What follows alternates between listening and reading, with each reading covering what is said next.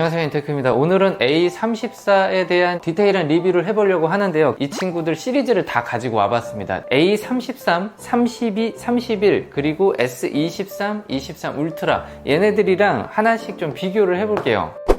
먼저 외관을 딱 봤을 때 기존에 제가 A34 리뷰를 하면서 플래그십 라인업이랑 보급형 라인업이랑 디자인으로 구분하기에는 좀 어려워졌다. 그래서 전작들을 제가 한번 좀 살펴봤어요. 외관을 봤을 때 A33도 나쁘지가 않더라고요. 무광 처리가 되어 있고 전반적으로 밸런스가 상당히 좋은 디자인을 가지고 있다라는 생각을 했어요. 32대도 물방울 디자인이 들어와서 나쁘진 않다 하지만 이런 유광 처리된 것과 소재들이 너무 저렴하다는 느낌이 저는 확 들었었어요. 그래서 누가 봐도 얘는 보급형, 31은 이거는 비교하기 좀 어렵고 33은 보니까 주변에 얘기를 해봐도 이쁜데요? 라는 반응이 나오더라고요. 보급형을 보여줬을 때 일반적으로는 그냥 그러네요, 별로네요 하는 친구인데 디자인은 합격이다. 33을 지금 사기에도 저는 괜찮다고 생각을 합니다. 자, 34하고 기본적인 외형 차이를 봤더니 0.2인치 정도 디스플레이 차이가 있더라고요. 영상을 볼 때도 이 화면 비율이 가져다주는 차이점이 확실히 있었습니다. 큰 게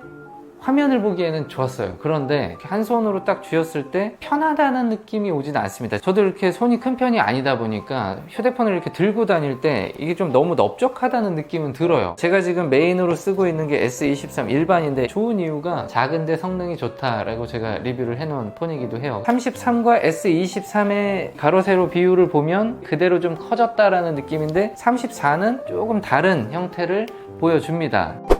기능적인 부분들을 살펴볼게요. 34가 압도적으로 좋은지 그게 상당히 좀 궁금했어요. 그래서 테스트를 바로 같이 해보겠습니다. 빅벤치를 돌리는데도 성능 차이가 느껴지고 있어요. A34가 제일 먼저 끝났고요. S23이랑 비교를 해보면 기본형이랑은 2배까지는 아니지만 울트라랑 비교를 해보면 절반 정도 수준의 퍼포먼스를 내고 있다. A33 이하는 아직 열심히 달려가고 있어요. 벤치마크를 돌릴 때에도 성능 차이가 이 정도 발생을 한다. 결과값이 나왔는데 보니까 조금 놀라운 결과값이 나왔습니다. 제가 A 시리즈를 쓰면서 역시 A 시리즈다 라고 생각했던 A31, 32 그 라인업까지 얘네는 괜찮은데? 라고 평가를 받고 있는 33, 34 둘 간의 격차가 2배가 넘습니다. 가격도 한번 살펴봤어요. 그랬더니 A31, 32 때는 30만원대 초반 혹은 중반, 그래서 실제로 구매를 할 때는 뭐 10만원 후반, 20만원 초중반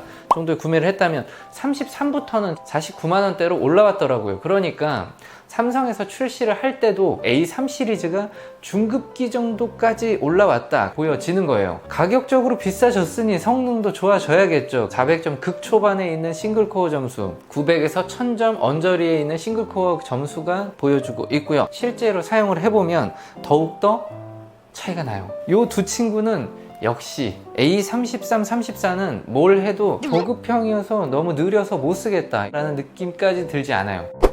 S 시리즈랑 계속 비교를 하는 거는 조금 서로 예가 아닌 것 같으니 A 시리즈들끼리 이제 진검승부를 한번 펼쳐볼게요. 경계에 있는 두 친구끼리 한번 스크롤을 비교를 해볼게요. 바로 차이가 나죠. 얘는 뭐 거의 뭐 두둑두둑 제대로 돌질 않아요. 근데 얘는 뭔가 볼만하게 돌아갑니다. 이 스크롤링이 사실은 실제 사용을 할 때 가장 중요한 부분 중에 하나예요. 31, 32는 현재 아무리 싸도 2023년 5월 말 기준 이제 그만 놓아줘야 하는 폰이다. 중고로도 구매를 할 때 약간 신중하게 생각을 하셔야 한다 는 느낌이 들어요. 그리고 제가 A34 리뷰를 하면서 놀랐던 게 군락 지원을 한다 라는 부분이었는데 최신 펌웨어로 업데이트를 다 했더니 다른 제품들도 군락은 지원을 하고 있습니다. 그런데 군락 안에서 옵션이 달라요. A31에는 가장 기본적으로 저희가 많이 쓰는 원핸드 오퍼레이션, 그리고 멀티스타, 노티스타, 사운드 어시스턴트 이 정도는 들어있지만 응용해서 써야 하는 옵션적인 군락은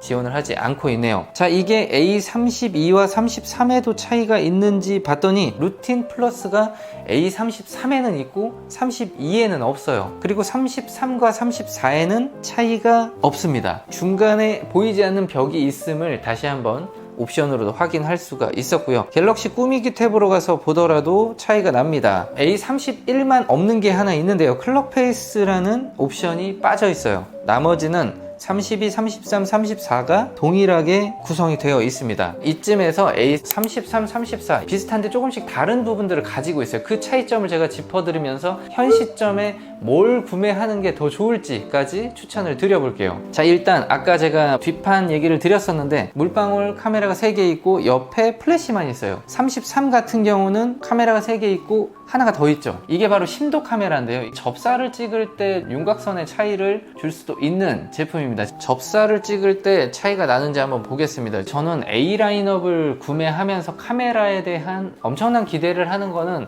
약간은 무리다 라는 생각이 들어요. 기본적으로 탑재가 되어 있어서 아이들 노는 걸 찍고 풍경을 찍는 건 가능하겠지만 아웃포커싱을 시키고 약간 시네마 느낌이 나게 하는 선명하고 되게 멋진 사진을 기대한다라는 것 자체가 아직 어려운 기술이라고 생각이 들어요. 카메라를 가지고 뭘 더 해보고 싶다라는 욕심을 가지고 있다면 A 라인업은 피하시는 게 좋을 것 같습니다. 화면 비율 차이가 난다라고 아까도 말씀을 드렸는데 확실히 A34가 넓다라는 느낌이 드시죠? 옵션들을 한번 보겠습니다. 뒷면이 가려지니까 바로 야간 모드 사용이 뜨고 진동 피드백 A34에만 들어있네요. 오른쪽에 있는 게 S23 울트라 모델이에요. 차이를 볼게요. S23 울트라에는 접사가 빠져 있고요. 익스포트 로우라는 옵션이 존재를 하고요. A 라인업에는 존재하지 않습니다.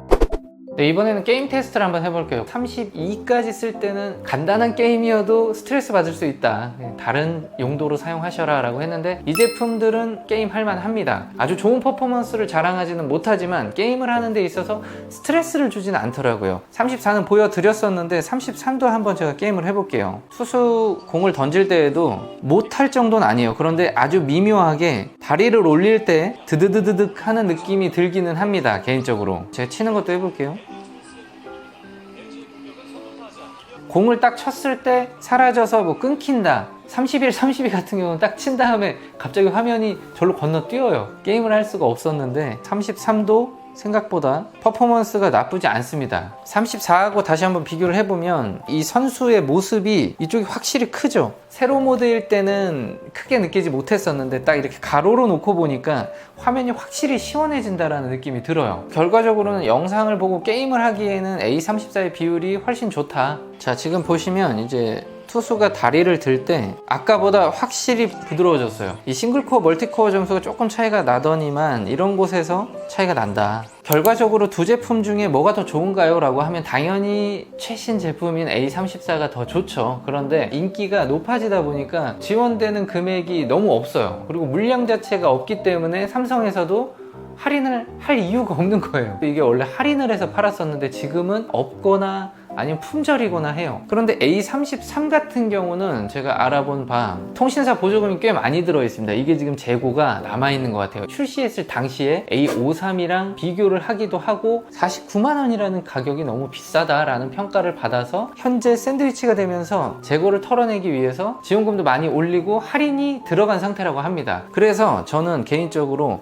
A33을 좋은 가격에 구매할 수 있다면 이 제품도 선택지에 넣고 고민해 보셔도 좋을 것 같아요. 성능 면에 있어서는 120Hz, 90Hz, 그리고 화면 비율 그 정도 말고는 A34에 크게 밀린다라고 싶을 만한 게 별로 없어요. AOD가 또 없기는 하죠. 하지만 보급형 라인업에서 쓰기에는 뭐 생폰으로 쓴다면 뒷면 디자인도 상당히 좋은 편이고, 같은 가격이 아니라 얘가 훨씬 저렴하다면 20만원 후반까지 내려온다고 하면 이 제품 구매하는 것도 저는 상당히 추천을 드릴 수가 있겠어요. 지금 구매하셔도 2년 정도 쓰기에 불편함이 전혀 없을 겁니다. S23 일반 같은 경우도 초고속 충전 2.0은 지원을 안 해요. 배터리 용량이 작기 때문에 좀 필요 없다라고 생각을 하기도 하고, 뭐 플러스하고 끝나누기가 들어간 부분도 있기는 한데 50% 정도 되어 있고요. 초고속 충전은 걸렸지만 2.0은 아닙니다. 25W가 최대 속도예요. 현재 이 정도가 최대치인 것 같습니다. 50%에서는 84% 충전이 되어 있고요. 보시면 애니메이션 초고속 충전이 뜨고 있죠. 얘도 25W급 충전 속도를 보여줍니다. A33도 볼게요. 역시 초고속 충전이 떴고요. 20W로 올라가네요. 바로 충전 잔량이 39%, 50% 미만이기 때문에 조금 더 빠른 속도로 충전을 하고 있는 것으로 보여져요. A33, 34는 초고속 충전까지 지원을 한다. 초고속 충전 2.0을 지원하는 S23 울트라 모델 한번 보여드릴게요. 이제 또 애니메이션 색깔이 달라요. 45W급까지 충전 속도를 보여줍니다. 바로 20W를 넘어가고 있네요. 개인적으로 충전 속도를 테스트를 할 때도 초고속 충전 2.0과 1.0의 차이는 어떤 용도에 따라 다르다라고 평가를 하는데, 고속 충전과 초고속 충전은 분명 유의미한 차이가 있습니다.